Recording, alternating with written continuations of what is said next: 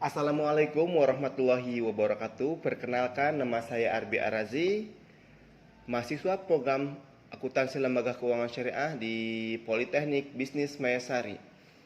Video ini dibuat dalam rangka memenuhi tugas saya pada mata kuliah Akuntansi Keuangan Menengah 1.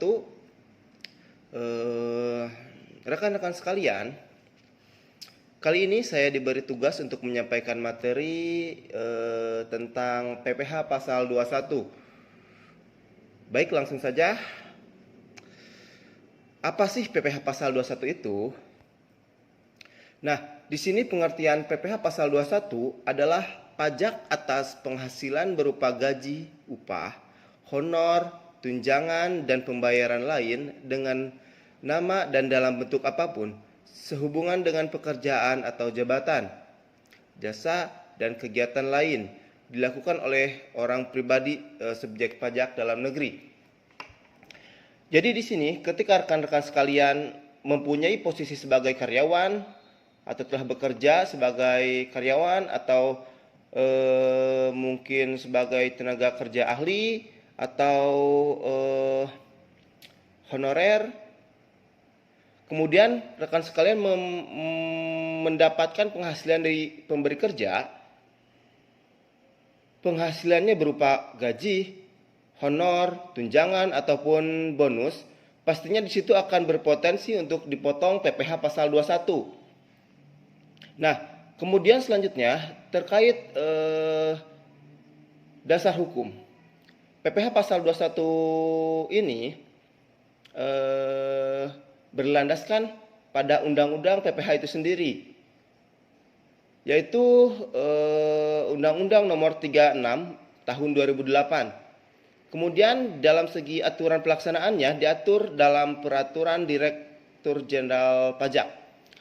Berikut saya lampirkan dasar hukum PPh pasal 21.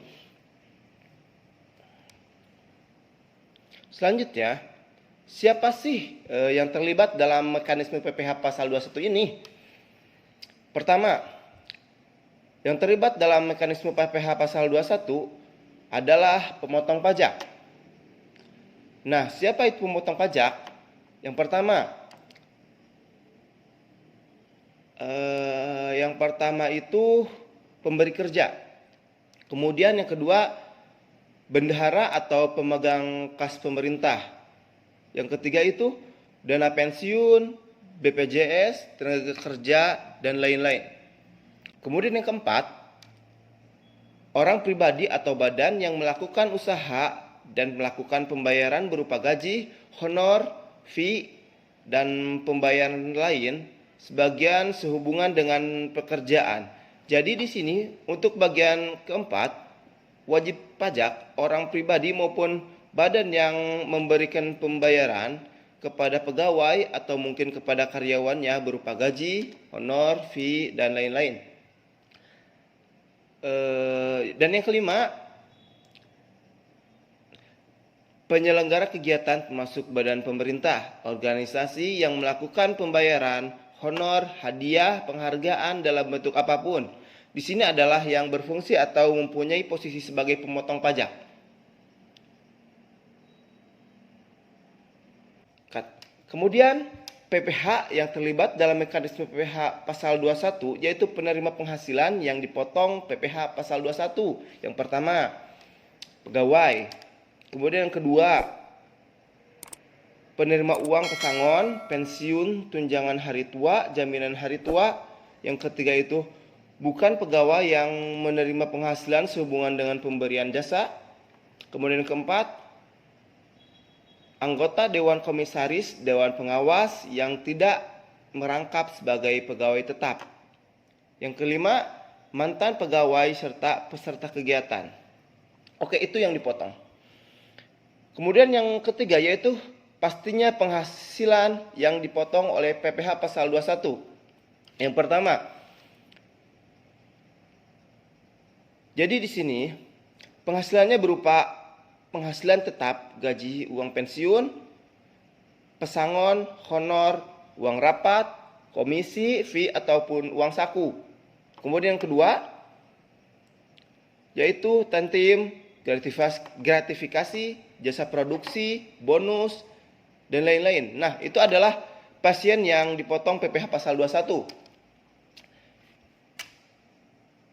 Kemudian dalam perhitungannya, kita harus tahu apa itu dasar pengenaan pajak PPh pasal 21. Yang disebut sebagai dasar pengenaan pajak PPh pasal 21 atau DP PPh pasal 21 adalah yang pertama, penghasilan kena pajak yang berlaku bagi mahasiswa tetap, penerima pensiun berkala, pegawai tidak tetap yang dibayar bulanan lebih dari 4,5 juta per tahun. 4,5 juta per bulan. Yang kedua itu kemudian tantim, gratifikasi, jasa produksi, bonus. Nah, itu yang masih lembaga jalan yang dipotong PPh pasal 21. Kemudian PTKP yang berfungsi sebagai PTKP atau yang mungkin dikenal dengan penghasilan tidak kena pajak. Nah, di sini diatur dalam PP 46 di mana di situ adalah paling rendah untuk penghasilan kena pajak adalah yang pertama itu 5,4 juta untuk diri wajib pajak orang pribadi. Yang kedua itu 4,5 juta tambahan untuk wajib pajak yang kawin. Jadi yang pertama itu 5,4 juta dari wajib orang pribadi dan tambahannya 4,5 juta untuk yang sudah kawin. Yang ketiga itu 4,5 juta untuk tambahan setiap anggota keluarga, saudara dalam garis keturunan, lurus serta anak angkat yang menjadi tanggungan sepenuhnya. Nah, di sini untuk jumlah tanggungan paling banyak itu 3 orang ya, untuk setiap keluarga yang terkena PPh pasal 21-nya.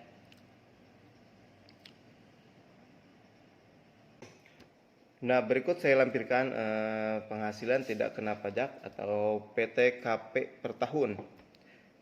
Di sini TK atau tidak kawin 0 itu tidak ada tanggungan itu sebesar 54 juta per tahun. Kemudian apabila tidak kawin namun memiliki tanggungan itu menjadi 58.500.000 per tahunnya. Berbeda statusnya apabila seorang telah menikah atau kawin namun tidak ada tanggungan, itu naik 4,5 juta. Yang semula 45 juta per tahun menjadi 58.500.000 per tahun. Begitupun selanjutnya. Bisa rekan-rekan sekalian lihat pada layar.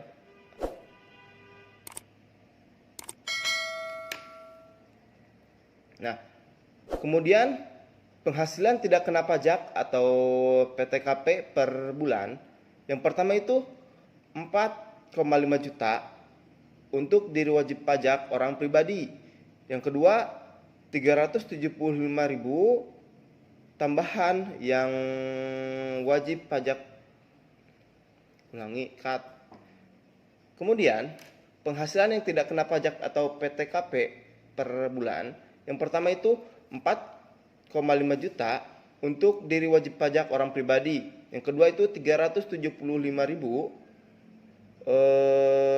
tambahan untuk wajib pajak yang kawin dan 375.000 tambahan untuk setiap anggota keluarga saudara dan keluarga semenda dalam garis keturunan lurus serta anak angkat yang menjadi tanggungan sepenuhnya. Paling banyak itu 3 orang ya untuk setiap keluarga. Berikut saya lampirkan kembali penghasilan tidak kena pajak per bulan. Yang pertama itu ada tidak kawin tanpa tanggungan itu sebesar 4.500.000 per bulannya. Berbeda statusnya apabila orang tersebut telah menikah atau telah kawin, maka akan ada tambahan 375.000 menjadi dari semula 4.500.000 menjadi 4.875.000. Kemudian tambahan untuk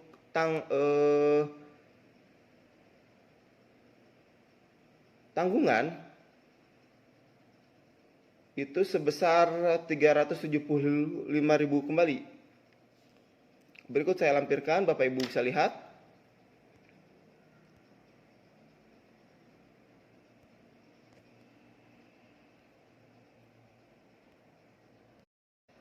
Nah, berikut lampirannya. Ada beberapa lapisan. Yang pertama itu 5%, ya, kemudian itu 15%, 25%, 30%. Dan untuk tarif pajak tanpa NPWP, yang pertama itu 6%, kemudian 18%, 30%, dan 36%.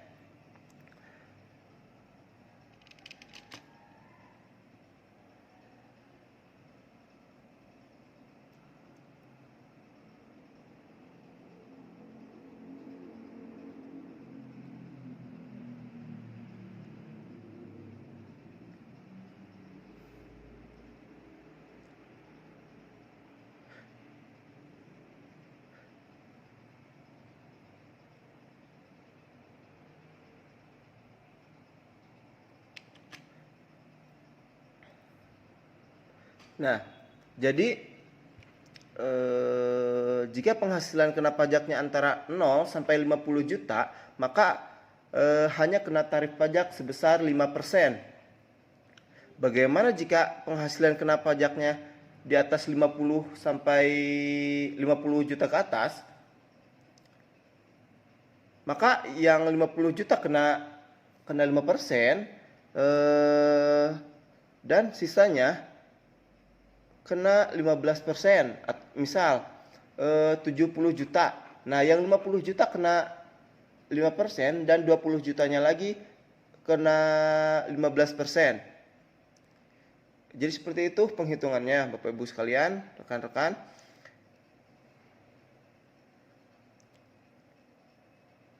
Nah, berbeda tarifnya jika Bapak Ibu, rekan-rekan sekalian tidak memiliki NPWP. Itu lebih besar. Jadi baiknya apabila Bapak Ibu sekalian, rekan-rekan akan bekerja atau telah memiliki pekerjaan, maka disarankan untuk mempunyai NPWP. Nah, berikut lagi. Demikian info atau materi yang bisa saya sampaikan kepada rekan-rekan. Semoga bermanfaat. Mohon maaf apabila banyak sekali kesalahan dalam penyampaian materi kali ini. Atas perhatiannya. Assalamualaikum warahmatullahi wabarakatuh.